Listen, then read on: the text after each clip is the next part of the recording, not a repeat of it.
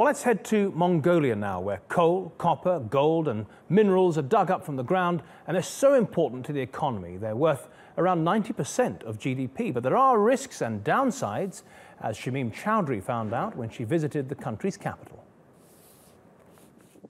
It was once known as Nalak Great Mine, the oldest and largest coal mine in Mongolia. But as time has passed since its closure 25 years ago, it's become a death trap. Local men now dig here illegally. Tlukan is one of them, risking his life to earn a living, scraping the last remains of coal from under the surface. We have no other choice except mining coal, as we have no other jobs. We have to dig earth and mine coal to make a living and to put food on the table.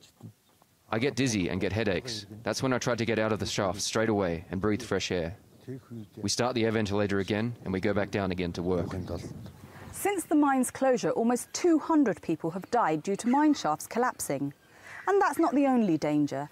Activists say that this site and others like it still pose serious environmental threats. Nalak Mine is an example of a mining catastrophe in Mongolia. There are towns that accompany these mines. The soot generated causes risk of cancer, and this is the biggest impact on humans.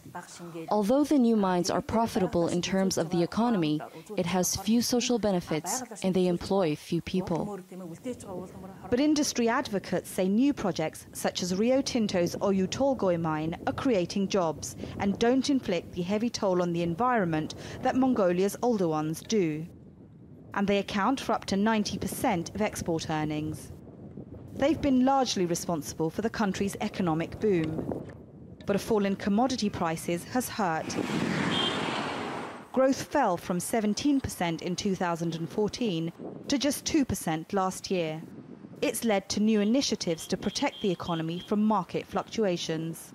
Mongolia just recently adopted the law to establish so-called Future Heritage Fund. If we don't have these minerals in the ground, then we should have some financial assets to benefit these future generations. Nalak is a cautionary reminder that these projects do not last forever. The challenge ahead for Mongolia will be not repeating the mistakes of the past. Shamim Chowdhury, TRT World, Nalak, Mongolia. And Shamim is back from Mongolia and joins us in the studio now. Just talking about the lessons of the past, Shamim, do you think that the country has learned from that and will protect its environment from now on? It says that it is, and certainly there are steps in place where some of the issues that they faced back in the time of the Soviet Union, and just to, we need to bear in mind that Nalak was a product of the Soviet Union. It was abandoned in 1990 when the Soviet Union collapsed, and it was very, very dangerous and remains very dangerous. Now, some of those issues have been dealt with, but with the advent of a free market economy, new issues have arisen, and one of them is a lack of water resources. These mines are about 3,000 working mines across Mongolia, which is a huge country, twice the size of France.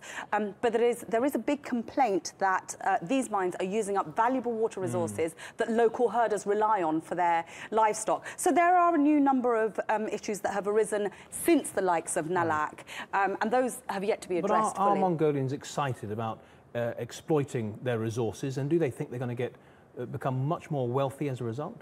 I think if you go back a few years, then that was certainly the case. These mines, copper, gold, coal, you know, these are the key. These minerals are the key to Mongolia's financial success. And certainly some years back, there was this feeling of optimism that Mongolia will be catapulted.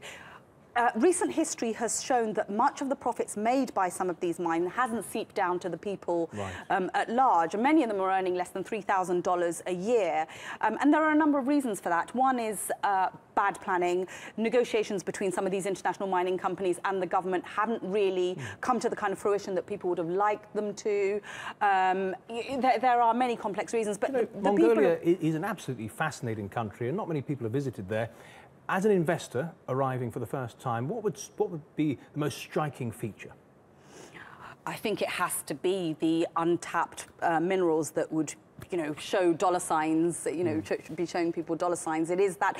But there are other potential commodities as well. It sells cashmere, luxury item, very much in demand in the West and among, you know, the kind of upper echelons of kind of wealthy society, if you like.